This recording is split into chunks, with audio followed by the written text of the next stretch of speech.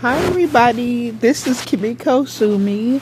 I know I haven't posted a video in a few days, but I am back. I'm not going to do a video with me on camera. This is kind of like a late night, thought, my thoughts late at night about different things that I've been thinking about. Anyway, I want to kind of talk about, stereotypes geared towards, black people, but especially black women that I've noticed, over the years. Now, when I first started to wake up spiritually, I remember me and my mother, we had went to downtown Dallas to try to get a job by this shelter, just cleaning up and stuff. So we applied and we got an interview and whatnot. Then we left and we walked back to the train station, cause it's more easier to take the train to downtown than drive there. So we took the train, we got to the train station in downtown Dallas. And I remember, as I was walking, by the seats or the people on the train, I noticed this white woman. I didn't actually see what she looked like, but I heard her voice. I kind of saw her actually, but I can't tell you what she looked like I don't remember exactly what she looked like, but I noticed that she was like, are you pregnant again, Shaniqua? And she was saying it to me. Clearly she was talking to me because I do kind of have I have a protruding belly.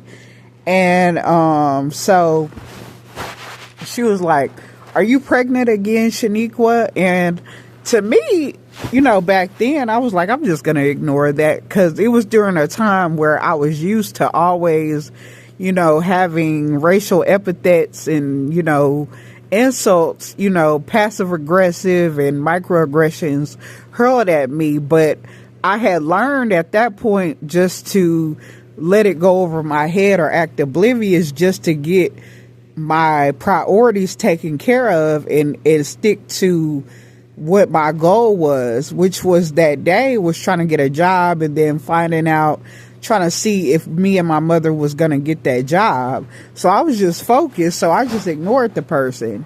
I ignored her. But then I noticed that when I finally got to my goal weight and then I decided to actually move to California, initially it was very happy. It was fun and, it was nice. But one day, cause I had ended up homeless, right? But I would dress up. I would make sure that I was clean. I would go to the gym and shower and brush my teeth. And I would put on my makeup and do my hair and dress up like I was just a regular person with a place to stay. But one day I remember that I showered and everything and brushed my teeth, but I decided not to wear makeup that day. And I remember I was coming from the gym and I was going to go to the library. And as I passed by the 7-Eleven, in San Pedro, California, there was this woman and she was white and she said, "Nigger, what are you doing here? Go back to Long Beach." And I turned around and me at that time, I was not hearing that. Okay. So I put her in her place. And I remember the 7-Eleven people, the owners came outside and told her that she had to go. And I remember what I was wearing that day. I had on a purple Abercrombie and Fitch sweatshirt that was purple that I had got from a thrift store in Wilmington. And so I remember exactly what I was wearing, basically, with some jeans on or some tights or something like that, I believe. But yeah, she was saying that she was like, yeah, nigger, go back to Long Beach. And this was a homeless person, by the way. She was homeless. She was very obese. She looked like she could have been 300 plus pounds. And I could tell that she wasn't clean. I could just see it. But, basically everybody else pretty much either was watching, but it was mainly the store owners at the 7-Eleven that put her in her place and told her to leave. And I really appreciated them for that. I was happy about that. That was really good. to me, that was a really good feeling that they gave me. And I really appreciated them for that, and I still do. But I noticed that, as time went on, like, I would have different, like, scenarios that were, like, really racist. And it just seemed like I had never experienced any type of racism like that, that much in Dallas. Like, I've experienced racism here, but it was never like the woman that called me Shaniqua in downtown Dallas. That was one of the few times that I had actually been, like, really directly racially insulted. Okay. So, but I started to see a lot of that in LA, but I noticed that it was mainly when I wasn't wearing makeup and stuff. Or I wasn't dressed up or something like that. So I was having a lot of racial encounters, and I had been called nigger so many times, and that was the first time in my life that I had even been called nigger to my face, honestly. And they were all unprovoked. And guess what? All of those times nigger was hurled at me unprovoked by all white women. Honestly, I'm gonna be honest. But I will say this: there was another time, and this is another thing too. I would tell people my name is Kimiko, and they would call me, "Oh, your name is Tamika." They would do that a lot. Okay, a lot of people in the mental health facility, the mental health, whatever. Those people are evil anyway, across the board, wherever you go. But I noticed that a lot of them, they refuse to say. They still do it to this day. They'll either try to call me Kamiko or they'll try to call me Tamika when I clearly said my name is Kimiko. Okay, so even black women do that to me too. By the way, they do that. They've been doing that to me anyway. They've been calling me Kamiko and all this other stuff. So, basically, I'm gonna go back to when I was in California. I remember one time I was in a mental hospital at what is that? What is it called? It's called what is that? What is that? Del Almo Hospital, Del Almo Mental Hospital. The first time I went there, I remember we were sitting in a group therapy session, and this white lady that looked like she had an ass implant, a butt implant. She was going around the room. She was like the teacher, like the therapist. And she was going around not really the room, but the circle, the little group circle, the group therapy session. And she was asking everybody their names. And I noticed it was this black girl that was sitting next to me. She had a lot of bandages on her arm. She had been cutting herself. Okay. So she was already suicidal, and that's the reason why she was in there. Now me, I wasn't really in there. I was just in there to try to get shelter. It wasn't really because I was suicidal or anything. I'm never actually suicidal. When I would go in them hospitals, it was just like, I was probably tired because I was homeless. It was never really because of my mental illness, although I do have one.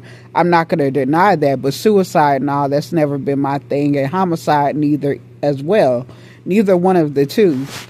But that girl was clearly suicidal and having, suicidal ideation. So, because she had cut up her arm and she had all these bandages. But anyway, to get to the point, the group, the instructor in that group therapy, she asked that girl, "What is your name?" To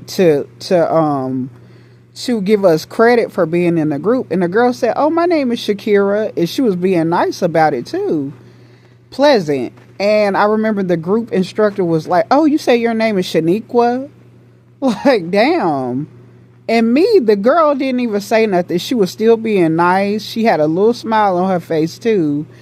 And me, I spoke up for her. Okay, I did. I had to interject in that and tell that woman off. And I thought it was mighty funny that she actually had a butt implant. I'm not saying that it's strictly for black women, but it was clearly not real. And it was just so obvious. So, I put her in her place about all of it. I gave her the business verbally, and they kicked me out of the group. But, I understood, that was racism. That was a microaggression. You know what I'm saying? So, you know, black women go through this. Black people in general go through this. People of color go through this too as well. You know, we got to kind of tiptoe around and walk on eggshells with people who are saying things and doing things unprovoked. And once again, there are other, in the mental health, this is something that I want to say about the mental health field, okay? And specifically, those are some of the most cold, cruel, dirty, low down, demonic, evil, money hungry, satanic, evil people that you could ever really come across. They usually have no compassion. The average person will have more compassion than people that actually work for the mentally ill. Like, those are some of the most despicable people, lower than dirt, trash ass acting people. They do not care. They don't have no compassion. They don't have no empathy. They don't have no sympathy for them patients. They don't care. They don't care. Okay?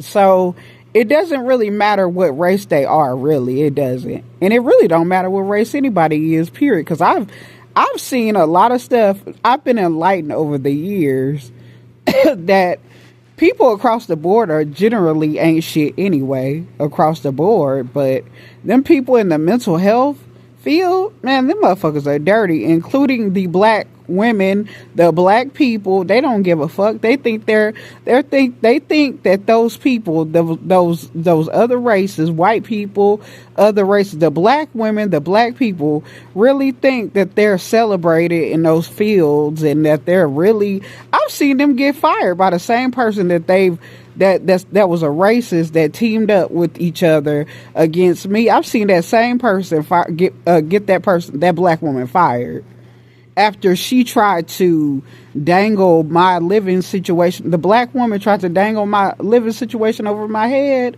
And the mental health clinic that I used to go to here in Dallas, that same motherfucking hoe got her job taken away from her shortly after that by the same motherfucker that she was siding with and ganging up on me and bullying me with. Okay, that's the same racist motherfucker that got her job taken away from her. So I don't feel sorry for that bitch, and I don't really feel sorry for really any black people that work for the mental health field. I don't go to them anymore. I do not go in mental hospitals anymore. I haven't been in one in almost 2 years. I refuse, okay? Because they don't help. It's always the same situation with them. I do take medication, but that's all I get. I refuse to go to a therapist. No. But anyway, y'all, this is my video. And if you can relate, please comment. But please like, comment once again, share my video, hit the notification bell if you like. And I will see y'all in another video, my lotus flowers. And I hope y'all have an amazing rest of the night. And I will too. And I will see y'all in another one. Peace. I'm out. Bye-bye.